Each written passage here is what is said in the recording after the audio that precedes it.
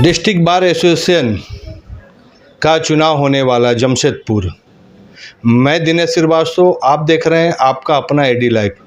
Virendra Singh already पिछले चुनाव में यह भी कैंडिडेट थे एग्जीक्यूटिव पद में, लेकिन इस बार का जो चुनाव हो रहा है उसमें यह जनरल सेक्रेटरी के पद में चुनाव में आ रहे हैं, मैदान में आ रहे हैं।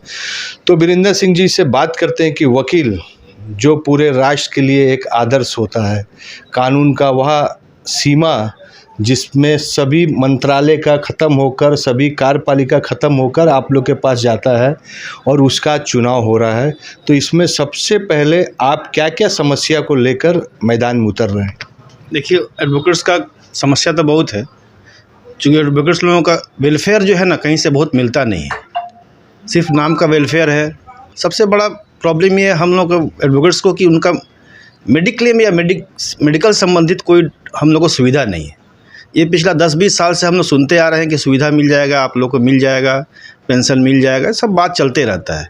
क्योंकि हम सोचते हैं कि चुनाव जीतने के बाद इस दो बात पे ज़्यादा फोकस करें कि अभियुक्ताओं को कम से कम मेडिकल सुविधा जो है वो ईजी वे में मिल जाए, आराम से मिले, ताकि वो अपना परिवार को घटना दुर्घटना के समय अपने परिवार के साथ या इकोनॉमिकल स्थिति उनका ख़राब नहीं हो, वो मदद कर पाए या हो पाए या बार उसका कर पाए।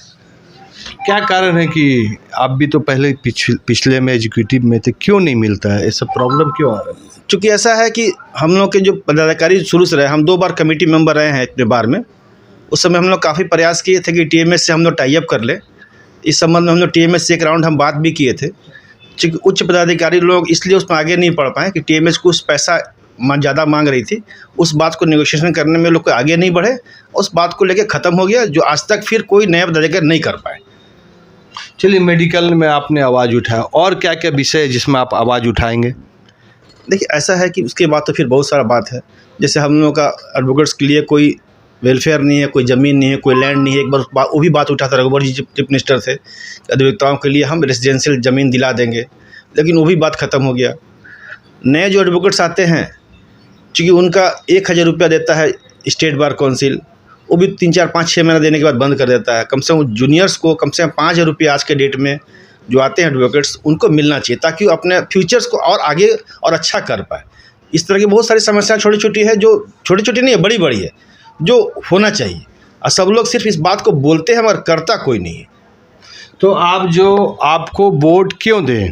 जो वकील अभी आपको चुनेंगे, ट्रेजरर चुनेंगे, सेक्रेटरी चुनेंगे, प्रेसिडेंट चुनेंगे, तो आपका मेन जो फोकस रहेगा हेल्थ में, और फाइनेंशियली जो वकील जो फाइनेंशियली स्ट्रांग नहीं है उसको 2 ही मुद्दा में रहेगा। दो मुद्दा में। तो 2 मुद्दा में क्या आप चुनाव लड़ जाइएगा और उससे जीत सकते हैं? हाँ, दोनों मुद्दा जो है बहुत अच्छा मुद्दा है, और मेरे को सारे एडवोकेट से बहुत अच्छा रिलेशन है मेरा, इसलिए हमको लगता है कि लोग हमको चुनेंगे।